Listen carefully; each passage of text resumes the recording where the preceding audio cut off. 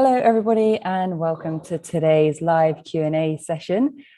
We are hosting an Ask the Instructor Q&A, and I am delighted to welcome Alex McDonnell, who is the Market and Competitive Intelligence Lead at Airtable and the awesome instructor of our Competitive Intelligence Certified Masters. So welcome, Alex. Thank you so much for joining us today. It would be great if you could give a little bit more of a thorough introduction to yourself. Yeah, thanks, Rose. And hey, everyone. So I lead competitive intel at Airtable. I'm a researcher and a marketer. Airtable is a no-code platform. We believe that end business users who are closest to their work should be the ones that define the tools for their work. And so we serve customers in many different functions, many different verticals, which for me means that we get to encounter and compete with many different types of competitors. So I sit within the product marketing team at Airtable. Prior to this role, I've had similar roles where I'm leading competitive intelligence in-house, but I've also had roles where I've done this type of work, competitive intel and win-loss as a consultant, and really enjoyed that because it gives you a breadth of exposure, a breadth of experience of seeing how competitive dynamics and buying dynamics can play out for many different companies and of shapes and sizes and industries and verticals that they serve. It was all within B2B SaaS, so it got to kind of pattern match within that. But of course, in consulting, you find that you trade off the breadth for the depth. And so that's what's kind of pulled me back to the in-house roles where I get to actually see these things through from research and listening to the market to getting things into the hands of my fellow marketers who are bringing our message out to the world, our sales teams who are interacting directly with customers, and of course, our product and strategy teams who are making the big decisions about what to build next and what markets to even play in. So I love this work and was super excited earlier this year to launch the Competitive Intelligence Certified course with PMA. I learned a ton about my own process just by having to actually package it all up as a course and write it all down. So would love to hear, if you've been thinking about the course or thinking about CI in general, what questions you have, what's on your mind. One of the big motivations for me with the course was to kind of break down barriers between people that are in this line of work. It's kind of naturally like a bit of a trench coat wearing profession, and it's competitive and intelligence. Those are kind of sort of more secretive ideas. That's the connotation it has. But I don't think it needs to be. I think we can move a lot faster if we as a profession are kind of sharing our practices and lessons learned with each other more actively. And you can do that without spilling company secrets. I think it's pretty easy to find that line. So that's what I'm all about. I'd love to hear questions today and get to know what's on your mind. Absolutely. Like Alex said, please do ask your questions in the comments and we will get through them in this session. But yeah, I know you mentioned just then you learned a whole bunch of lessons when you're putting together this course. So it'd be great to kind of start off with a bit of background on those. For sure. Yeah. I mean, the biggest thing with writing the course was it forced me to think about, okay, how do I actually put some structure to these things that I do and some of the lessons that I think I've learned, through lots of trial and error, like I said, without really having been that well connected to other people in the work and only now starting to make some really meaningful connections. And so one of the first sort of structural choices that I made was the first half of the course is dedicated to kind of building up the foundations of the function. So those big pillars of research like win-loss, PMA has a ton of great resources, free resources on win-loss. That's a really big one for me. And then there's all kinds of web research you can do, just desk research. You want to have good foundations there. So other things like that are just kind of on your own accord, your own prerogative as a researcher to get in order. But then the second half of the course was about how you package and bring those insights to different parts of the organization. So it took some iteration to get to that high level structure for the course. So the first half being kind of getting the research and the function built up. And the second half, we kind of go through team by team and talk about, okay, for sales or customer success, what does it mean to kind of package up and enable those teams with competitive insights? For product, what does that look like? They have a different set of questions, different set of decisions they're trying to make. For your fellow marketers, and then for executives, there's even teams that I've been working with internal to Airtable that we don't touch on in the course, but it really has me realizing how CI can really have an impact and touch every single function. So recently, I did a competitive enablement training session for our recruiters. Our recruiters in this talent market, of course, are finding it incredibly competitive to hire for top talent. And like I said, Airtable gets compared to a lot of different tools because of how diverse the applications for Airtable are. So just about everybody who comes through our recruiting pipeline has some kind of question about, okay, well, what makes Airtable different than this product that I use or this product where, my friend works?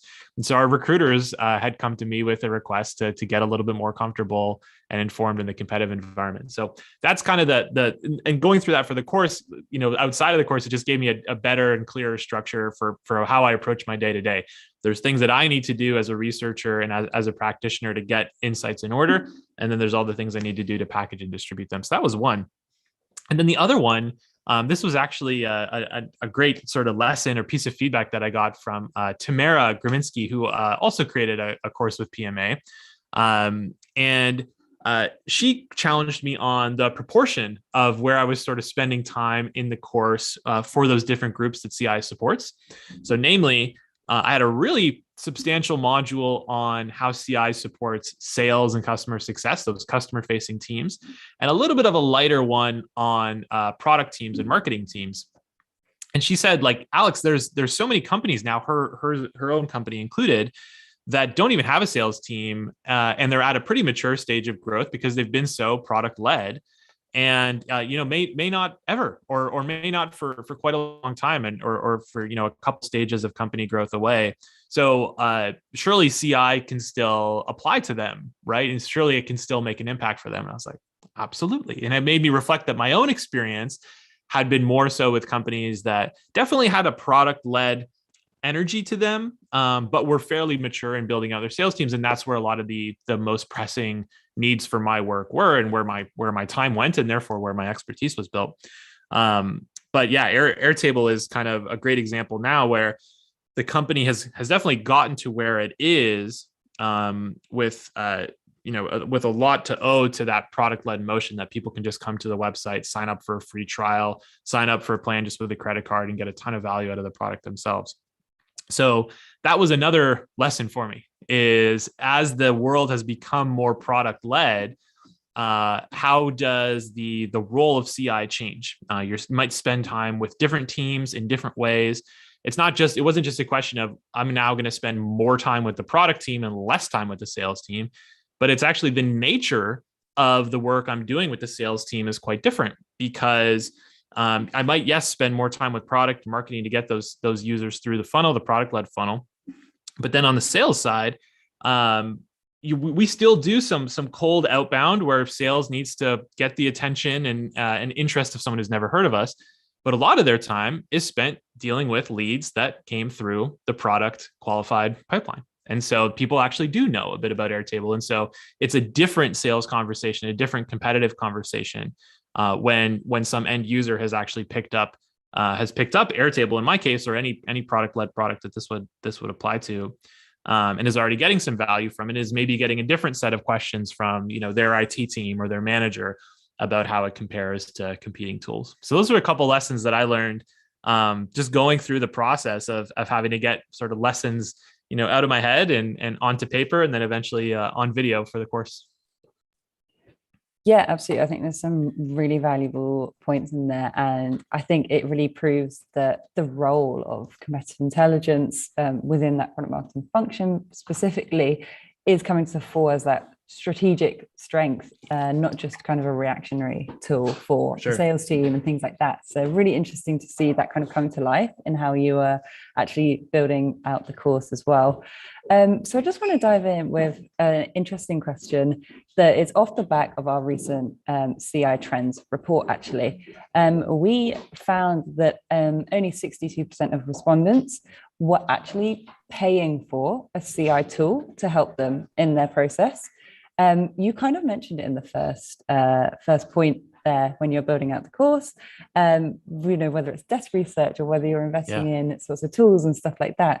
Where do you kind of fall on, investing in tools? Is there a specific company growth stage that, puts you in that category of becoming ready to invest? Or what are your Totally. thoughts? Yeah, I mean, I'll share a general philosophy for me on tools, not even just CI specific, but um, tools can either make it easier to work in a certain way or make it harder to work in a certain way. They will not single-handedly transform your process or transform your culture. And so much of our work in competitive intel is about culture and process and people, and the tools can help us do that faster or slower, but you do not need to spend 5 figures, 6 figures on a tool to get started, and not even just to get started, to have really significant impact. So I think of it as something that can help accelerate you. I would also, this is kind of like a general life philosophy for me. Like, I like to invest in tools just even in my personal life. Like, I'm really into cooking. I don't like getting like kitchen gadgets before I really feel like the struggle of not having them. Do you know what I mean? Like, it's not like I want to try making pasta. Let me go out and buy a pasta maker. Like, no, let me try it with what I have. And then if I come up against that threshold, then, maybe it's time to invest in kind of the next tool up. Um, in a B2, that's in the personal consumer context, so it's a little more direct. In the B2B context, when you're not spending your own money, but you're spending company's money, it might seem a little easier to justify going, tool first. And if we buy this tool, only then will we be able to have some impact, some proposed impact.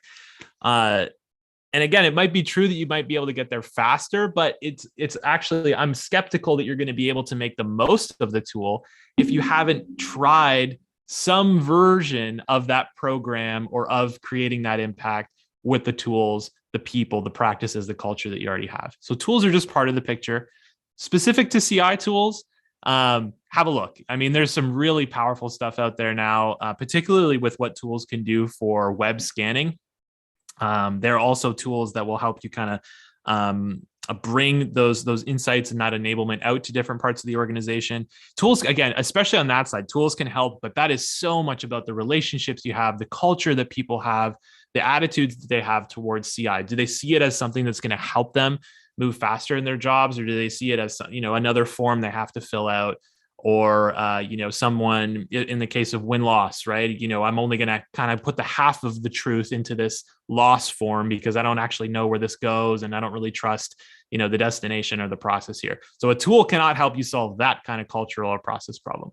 But on stuff like web scanning, I mean, there's some pretty significant time savings and coverage improvement that you can get by investing in a tool that takes, what you could get from like Google Alerts or something. Like, there's tools out there for free, and really just kicks it up to the next level. I mean, you can get so much more coverage on competitor web presence, monitoring for changes on a competitor's website, the most subtle changes in their messaging, new pricing packages getting introduced, old ones being removed. You kind of see what they've done, put it in context with other moves, prepare a briefing for your finance team. Like, people just feel so informed if you've got the right tools in place. But again, the tools will make no impact if they're not coupled with the right process, culture, practices, attitudes around them. So that's my view. I love that, kind of seeing it as an enhancement, and to take your kind of program further. It shouldn't be a blocker to starting, by no means. Yes, some great advice there. I buy into your philosophy. So would you say that product marketers should manage competitive intelligence, or do you think it should be its own unique role? That is a stage question for me. I think that at earlier stages, I mean, it's in every role you end up wearing many different hats, which at a later stage company become their own full-time people or even full-time, departments. And competitive is one of those things. Pricing is kind of another one of those things too, right? Like, in an earlier stage, your PMM or your product manager might be the point person for pricing. And then when you cross a certain threshold, pricing might become its own function. Maybe it moves over to within finance or something like that. But there's a lot of different sort of homes that CI could take in the organization. I think product marketing is the best for it. It's at the right intersection of all the right functions that you're going to need to touch. I've also sat in product management as well. But if you don't have that full-time CI person, that's really common that I see that of, maybe a PMM has kind of raised their hand and been interested in becoming the go-to person for all things competitive, and they're willing to dedicate 20-25% of their time to it. You can make a really big impact with a focused chunk of your time like that, even if you've got a whole other plate full of responsibilities. I think the key, if you are in that position where you can only give a fraction of your time to it, is to establish kind of a support group, so to speak, a team of kind of an inner circle of other people from other functions that are also going to contribute to this CI process, to this cycle. You'll want to have people from, again, if you have a sales team or customer facing teams, from those groups, from customer success, probably product as well, maybe someone who can represent kind of the finance and commercial side of it too, and define very achievable wins. Like, even if it's, we are going to ship 2 battle cards for our top competitors this quarter, that is a win. And like, if you don't have anything, your teams are going to be incredibly grateful that somebody has pulled together something. Again, even if you're the point person who is going to bring on an external win-loss research agency and oversee that project as part of your role, huge win, right? Even if it's a smaller project to start. But I think that's the key. If you, I've seen how you can go from that person who's just dedicating a small part of your time to it, to realizing how much impact it can have, and kind of continuing to put yourself out there to be the go-to person. Maybe it eventually becomes your full-time role, and you just kind of can run in that lane. I think the key, though, if it is going to be a fractional part of your time, is that you're going to be dealing with so much context switching that it can always feel like it's this thing on the side of your desk. So having that kind of standing committee of people that are kind of counting on you to pull this together, and very well defined and time boxed wins, I think those are just a couple good mechanisms to ensure that you're going to make some steady progress and some good impact. So it absolutely can. But then, yeah, especially when you start to get into, multi-product companies at a later stage, there's probably not one PMM who can give a fraction of their time to competitive and cover the whole picture. Like, you're now kind of slicing it into many pieces, and the clarity and cohesiveness of that work can get lost. So that might be when it's time to think about a full-time CI hire. That one, I think, is a question of stage. Yeah, definitely. Some really interesting points there. And I love that kind of idea of taking, starting a CI program and actually breaking it down into what you can achieve, that month, that quarter, and that kind of thing. Keep it really realistic. Like, especially if you're doing a fraction of your time, it's hard to account for how much of a toll the context switching can take on you, right? Okay, I have my competitive meeting this afternoon, but I also have customer meetings and sales team meetings and product meetings, and I'm representing the whole stack of PMM work that needs to be done. It can be easy to overestimate how much you can get done in a month or quarter. And so those really well-defined and achievable wins, if it's going to be a fractional part of your time, really key. Yeah, definitely. And I guess, and just follow up to that, like, are there a couple of areas that people can focus on that would be those big key wins? I know you mentioned, like, core competitor battle cards or something like that. Is there anything else that you think, really proves ROI from day one? In my experience, generally those battle cards or resources for your customer facing teams are a big one. But again, like I mentioned with that lesson from Tamara, that piece of advice she gave me, it does depend a lot on the company. And a lot of companies now are either kind of delaying the process of building out a sales team quite intentionally, wanting their product to do more of that heavy lifting of bringing the story to market, or maybe kind of philosophically not doing it at all. And so that might depend on your organization. But I think the way you can answer that for yourself is with some real, if once you've kind of, raised your hand and settled into being, kind of declaring that you're going to become the go-to competitive person, a real thoughtful and patient kind of stakeholder mapping around the organization can help you identify where the most acute needs are, and therefore where you can make the most impact. And my guidance for you there would be to follow the uncertainty. Follow where people are kind of there's a decision to be made, but there's some well-defined uncertainty that, if we knew this, or if this was true, we would go this way. If this was true, we would go the other way. even if the nature of the uncertainty is not so well articulated, it might be an unknown unknown, as we sometimes say. We don't even know what we don't know, but there's a significant decision to be made. Maybe it's a product decision, a strategy decision. What markets should we even be competing in the first place? You might want to follow that and kind of start to orbit around that question, and then maybe define a piece of research that might help with that. So that one will depend where that first win it'll depend on your organizational context. But those are a couple that you might find. If you are, with a fairly well built out sales team and there's really acute needs there, it's a good one because the feedback loop as to whether that stuff is working for sales is incredibly short. Like you'll find out pretty quickly whether they're feeling confident with it. You might get a request from a salesperson in the morning and they use the messaging that you gave them that afternoon. And by the end of the day, the feedback cycle is complete and you have a sense as to whether it worked or not. So that's why that one can be such a rich and kind of acute place to start. Those bigger product strategy questions too, sometimes those can be really burning. And if they're well enough defined that the need for your research or your intel is clear, you could define that as your first win. Yeah, absolutely. And the next question is something that I see come up a lot across the community, and it's just about kind of being a bit overwhelmed with the quantity of competitors that you are trying to track. So how do you kind of strike that balance between monitoring direct and indirect competitors? Yeah, it really is a question of proportion. I've been sort of pressed on this question now that I've joined Airtable in a way that I have not had so much pressure to have to navigate this question earlier in my career. When I was doing this work in-house for prior companies, we were in markets that had maybe 3 or 4 pretty direct rivals that we would need to track and gather intel on and enable the teams on. And then a very clear kind of like tier 2, maybe they're regional players or they do one part of what we do. They're very specific. So we kind of keep an eye on them. And, for our sales team, we keep some high level talking points about them, but we're not diving into like every nitty gritty comparison. In Airtable's case, just to sort of take you into what I'm dealing with now, we kind of still have that. Like we sort of have some tier 1 competitors that seem to come up the most, at least for the stage that we're at. But because Airtable has so many different applications across functions and industries and verticals, like there's all these companies that just do that one thing really well that we now need to sort of have a story for how Airtable competes with it. And there's some fundamentally different things about how Airtable sees the world versus how a company that just maybe solves one problem for one function must see the world.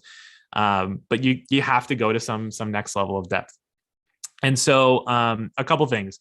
As a starting point to kind of give you a little bit of defensibility and credibility to define your focus, I'm going to assume that you're in some kind of like sales-led environment, and so you have opportunities coming through as won or lost.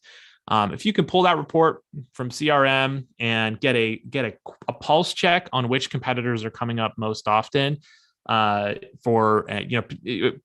who are you losing to the most, is where you want to start and where you might be asked to start. But also, if there's a legacy competitor in your space that you're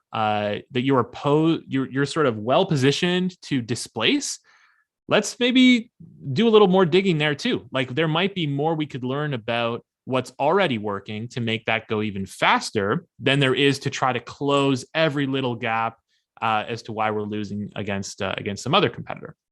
So look at both the wins and losses there.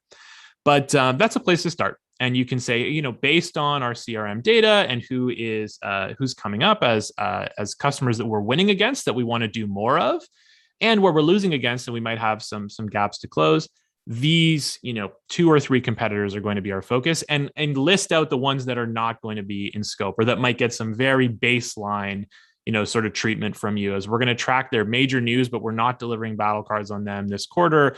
We're not delivering a full product teardown on them this year. Just be very clear with your stakeholders about those focus areas. The other thing then to keep in mind is you should not have to develop totally new competitive positioning for every single competitor you come up against, right? So once you've defined a position and a point of view on those toughest competitors, the ones that are giving you the hardest time, that should probably generalize and hold against all those, the rest of the tier one or even into the tier two competitors. Maybe you have different kind of classes of competitors that they're just a very different type of product or company, and they do something totally different. Okay, so our position is of a different nature when we're talking to them, but it should have the same kind of heart to it. And so maybe that's something that you want to hold in mind when you're thinking about, okay, I don't have to actually do 15, competitor teardowns that are all totally unique and bespoke to each competitor. What I actually need to do is define, one, two, three kind of really durable core competitive positioning statements that I can carry with me against all these other competitors, and it's going to work against the toughest, most frequent competitors we come up against. But it's also going to be durable and sort of transferable enough to help us with all the other ones that come up. And that principle is really important to keep in mind, because if you're in a space that's anything like the one that I find myself in now with Airtable, your sales team is going to come up against competitors, and they're going to have name drops of competitors that you've never even heard of, even as the go-to competitive person. And so in those situations, that sales team needs to have a competitive position that is almost agnostic to the specific competitor that they're up against, and is more designed to help them create that separation and differentiation against just about anyone that's out there. It's really just about, it's about how we see the world, these fundamental differences in how we solve the problem. Yeah, absolutely. A lot to dive into, a lot of decisions to be made, but some really great advice. So there's a bit of a conversation where it's kind of about how your competitive intelligence strategy feeds into customer success. And actually, is it more about new business or customer success and customer retention? So this is the thing in this product-led model that so many companies are now living in. And I can speak to Airtable directly. Those lines are completely blurred. Like, we have a new business team, but it's new business for Airtable Enterprise. And by definition, that almost always means today that is a well-informed, well-educated user for Airtable Pro or Plus, like a self-serve plan. They've at least tried it. Again, in some cases, we do go in with kind of a cold open with Airtable Enterprise. But for us, those lines are totally blurring. It's all one customer journey. Now, in the case of other companies, if those lines are still clearer, where you do have kind of a very clear moment of a new business sale, and then everything after that is kind of retention and success. Where do you focus? Again, it's kind of similar answer as to before, where you want to do that tour of the organization and map where all these different stakeholders are at: sales, customer success, marketing, product, executives, and then come up with a point of view on where the most acute sort of points of uncertainty are along that customer journey and around the organization. So you may find when you look at, between looking at CRM data and interviewing some sales leaders that are focused on the new business side, that there are some particular competitors, maybe some particular types of customers or buying personas that you're having a really hard time with on the new business side. And that's a kind of a candidate of a focus area. And then you might find on the customer success side that there is a very specific churn challenge. There are so many different reasons for churn. I mean, competitive can be one of them. So if you're hearing kind of vague problems on the churn side, you're probably going to want to ask a couple more questions to get to more detail of, is this something specifically competitive? And that's where you can help if you're going to be the go-to CI person. You don't want to be too strict about those boundaries, though, because a competitor might be in the mix, but from the customer's perspective, it's all one big mix of factors. And so they're looking at a competitor that might be kind of grass is greener on the other side if they're thinking about churning from you. They've got some product issues with you. Maybe their IT team has flagged a security issue with you. They're a little unhappy with how you've been handling the commercials, unhappy with service. It's all one big blur of factors. So you can't be too strict as the competitive person to say, well, I only want to look at the competitive part of that picture, because we have to stay customer obsessed. And to stay customer obsessed in that case means that we're going to kind of collate all those factors together, and where the pull of the competitor that is causing that churn away from you is one factor, but we also have to deeply study all these other issues that they had. And with churn, there can be a lot to unpack. Again, I would think of them as sort of different candidates for focus areas along the customer journey. Like where are kind of the alarm bells going off? Is it really on the new business side? And if we could unlock some things there, would that have the biggest impact? Or are we having some churn issues? Or maybe there's an opportunity to help your teams with upsell and cross sell as well. If you're in a multi-product organization, you may have some specific competitors that you're trying to displace when you cross sell into your auxiliary products or into beyond your core product, your flagship product. And so that might be another potential focus area. But I would think of them that way. Like they're all connected as one customer journey, but especially as you're getting started, you can only sort of provide the meaningful focus in one of those spots at a time. So as you do your stakeholder mapping, you can try to kind of get that whole picture, and you might even want to visualize it as a customer journey, kind of from left to right as customers grow with you and the points that they can fall out. And then say, okay, I've identified 3 or 4 different points between new business and churn and retention and upsell, and even maybe even our cold outbound or inbound, 3 or 4 different points along this journey that could use some help where competitors are coming up. We think the biggest impact for us to start with is this one on new business, or is this one on churn. One last kind of guiding principle: if churn is even one of the candidates on your list of potential focus areas, it should probably be the one. Churn hurts so badly in the SaaS business. Especially if we're talking about, a full churn 1 or 2 years after that customer is signed, we've lost money on that customer. That's just how the economics of SaaS works. Not only that, but there's going to be this carry-on effect that, if we develop a reputation of being a product that people are leaving, that can be very hard to stop, that snowball effect. And you want to be on the other side of that, being the one that's doing the ripping and replacing. So if you're kind of looking at, should I focus on new business or should I focus on churn? And there's meaningful uncertainty on both sides of that, I'd probably pick churn. Interesting. Thanks for sharing. I know we are already running slightly over, but I do just want to squeeze in this last question, sure. Which is around the news briefing section in the course. And they're just asking for a little bit more light on kind of what's included in that section. Oh, sure. So this is a really specific one, really specific type of deliverable that if you're going to be the go-to person for competitive intel, you really want to master. So let me take you into kind of a world without someone who's writing a clear news briefing. So a competitor makes a product launch and somebody catches the press release in the morning, and then maybe they drop it into the all hands Slack channel, or they drop it into the marketing team Slack channel, or maybe you even have a competition, chat channel. And they say, has anybody seen this? And they don't really offer any context on what this means or even what's been announced. And everybody just starts reacting to a headline, and there's reactions that are kind of on 2 different extremes. It's like, on the one hand, some people are saying like, this doesn't matter at all, totally different. They're clueless for even, doing product in this area. And on the other hand, people are like, we should do something exactly like this. Like, people are freaking out thinking that, this is the end of the world. So we want to calibrate all of that. That whole pattern of behavior where someone just drops a link and you get all this chaos, I call that the link and stink. I've seen it enough times that I've got a name for it. The link and stink is something we want to stay far away from. And so with the news briefing and this sort of package that we give you in the course, which is this checklist of things that you're going to do when you catch news like that, whether it's sort of using free tools like Google Alerts or one of those scanning tools like we mentioned earlier that are the kind of more professional grade. We give you a really specific process for how to kind of acknowledge the news first in the right forum, then pull your perspective together, pull a few perspectives from kind of that inner circle together. And really what we're trying to do is pull together kind of a 1 or 2 page document, a briefing that very clearly, concisely, confidently answers the questions. What might this news mean for customers? And what might it mean for us? Does this change our positioning? Does this change our product roadmap, our strategy?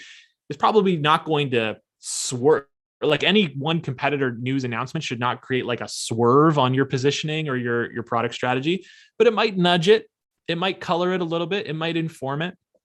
And the act of doing this in a thoughtful way within like 1 workday we're talking about here, right? Like, we want to give you a plan for when you catch this news, to pull the right people together, to pull your first draft of that document together, and then get something out and published out to your execs, to your marketing folks, product folks, sales leaders, to get people feeling like, okay, somebody's got my back. Somebody is watching the market for competitive moves. They're thinking critically about what we might need to do in reaction or not in reaction.